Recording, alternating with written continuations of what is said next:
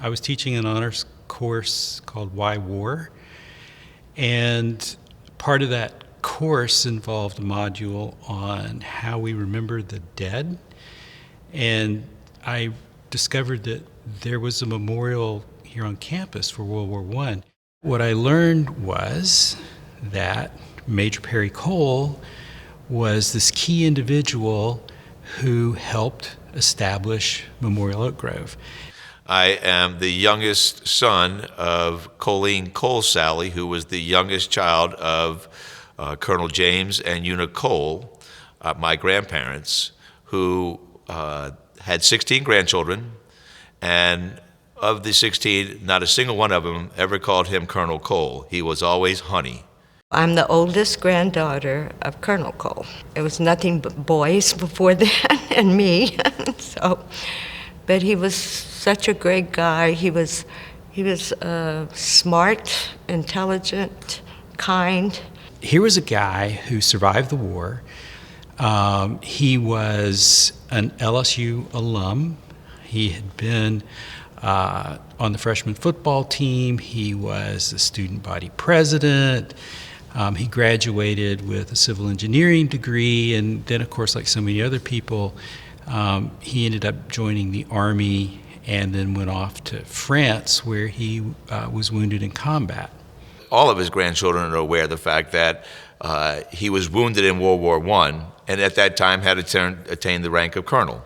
And we all also were aware of the fact that, had he not been wounded in France in, I think, 1918, he would have probably made a career of the military. He wasn't able to continue that and threw himself into his career as an educator, and was wildly successful at the University of Louisiana State University. He was also instrumental in establishing the Boyd Ewing Post 58 for the American Legion.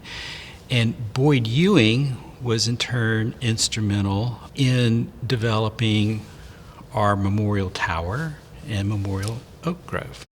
I mean, somehow on top of this guy is a golf coach, but not just a coach. He's like this 5-time NCAA title winning coach at LSU.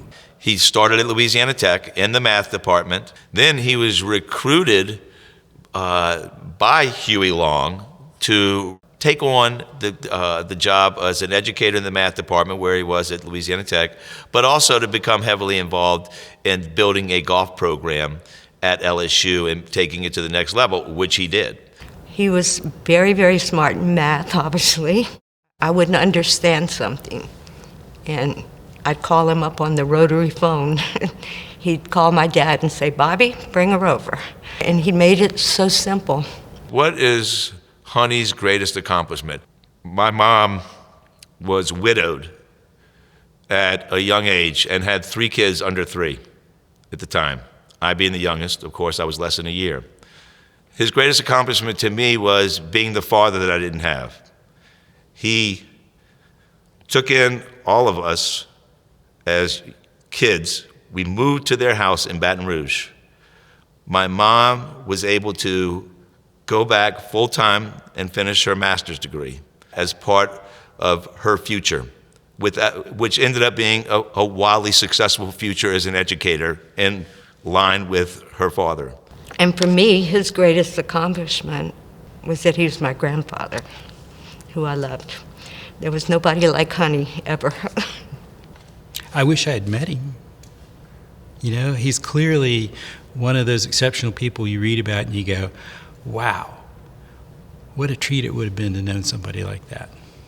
Thank you for doing this for him. I know would be so proud. And he did accomplish so much, and it's nice to know that it's not forgotten along the way.